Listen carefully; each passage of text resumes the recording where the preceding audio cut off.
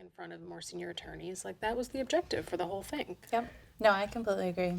And I feel like over the last year, our phones have been just ringing off the hook with Russia sanctions It has been questions. such a crazy year. So many interesting questions, so many difficult questions, and I guess we have to thank OFAC for that. Yeah, and it's wild to me that they still haven't stopped. Even just last week, we were getting a question because brokers were still uncomfortable touching any Russia investment, even if at this point we're pretty comfortable understanding and applying the regulations. It's like the same as we had at the beginning. I know, and many of our clients were caught off guard that UK sanctions actually apply to Cayman funds. Historically, as you know, UK had been a very sleepy regulator, and not so much since the Ukraine war started. And I feel like it led to some really interesting conflict questions and also just weird situations where our clients may have been filing multiple block property reports in Cayman, but only one in the Exactly. US. Exactly, especially on issues of control, which apply in the UK sanction space but don't apply in the US space. In the US space, as you know, it's all about ownership, but sometimes our fund clients don't have information on control, and so it made it very difficult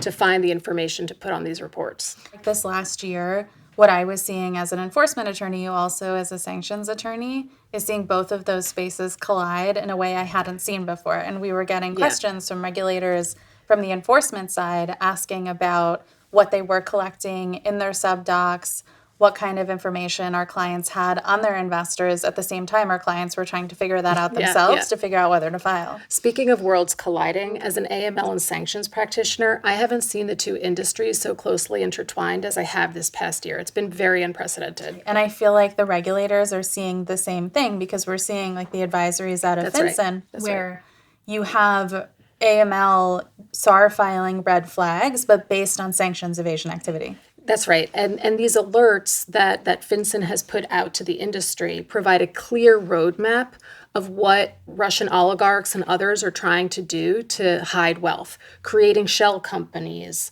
changing the beneficial ownership of entities, changing control persons of entities, using straw men to invest in other funds and fund of funds. So it's been very, very interesting to see. And I feel like it's been really helpful for us as we help our clients diligence potential transactions, potential investors, because we can give them those red flags and say, is this something that you're seeing out of this client? Are this investor? Are they willing to provide this information? Are they hiding information? Are they slow to respond? All of the questions that they can ask to figure out if there is a red flag in the transaction. One of the most important things that I think has come out of this year is how important it is to do diligence on investors on the front end and get adequate representations. The representations point is so important because I feel like some of our clients, particularly before certain individuals had gotten sanctioned, were trying to figure out whether they can redeem the investor, segregate the funds, and they were really tied if they didn't have representations that would allow that in contexts like we had. And our clients are also being asked to make representations with respect to their investments in Russia, which is different. I mean, normally those representations relate to investor activity and investor risk profiles, but rarely do you see our clients being asked to make representations on where they're investing, how they're investing, and their Russia sanctions exposure. You typically see that with respect to side letters for pension funds, but not in standard representations. And I feel like it's good practice because our clients are going to be needing to identify so much more information come January 2024. Some of our clients are going to have to start reporting their beneficial ownership information directly to Treasury, which is very uncomfortable and something that they're not used to doing. I know, and it's things like social security number, which I feel like can be very invasive and personal. And now for clients who may only be used to providing that information to brokers or to other intermediaries to have to provide it directly to the government is going to be really uncomfortable. And one thing that concerns me is the timing of this reporting obligation. It's only 30 days from when a reporting company is formed or registered to do business in the U.S. That's not a lot of time to collect all the information that needs to be reported and submit it to Treasury. And I feel like our clients are used to doing it under the CDD rule, which, may have been jarring at the time, but now our clients are familiar with.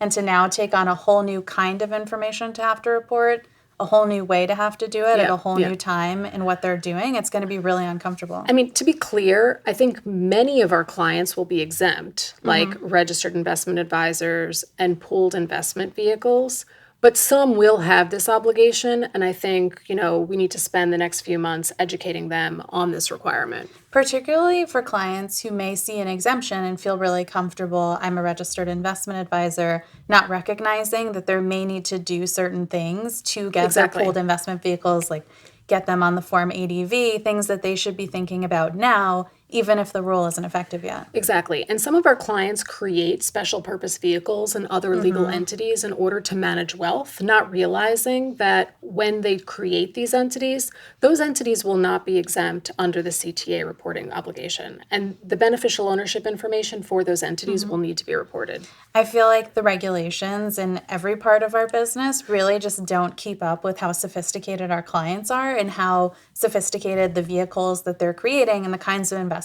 styles that they're doing. And so we're stuck with the same bubble of fitting, Exactly. very sophisticated clients into more traditional structures. Exactly. And I think many of our clients who are used to the CDD rule, that requires the reporting of information to banks and to broker dealers will be caught off guard at how much more information needs to be reported to Treasury. There definitely is not an overlap in the types of information needing to be reported. And I feel like the CTA, as big as it is, isn't even the only regulation that you're dealing with, particularly on the more That's right. traditional AML side. That's right. One thing that I'm really concerned about is, the reporting of the receipt of digital assets starting in January of 2024. Wow, it's going to be a big year. Yeah, I know. Starting in January 2024, unless it's extended, anytime one of our clients that are engaged in a trade or business accepts more than $10,000 in digital assets, Which is basically nothing. right. It's basically nothing, and it also comprises a lot of different types of cryptocurrencies, stable coins, NFTs.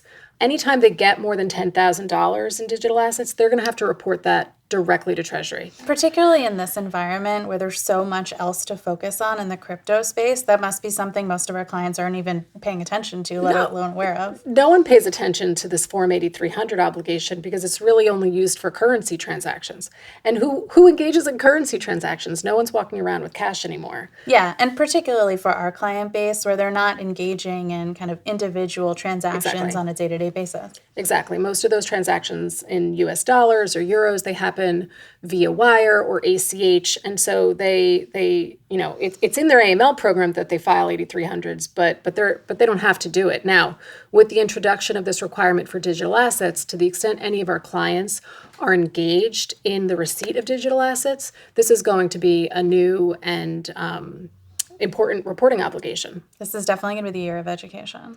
Yes, it's going to be a challenging year.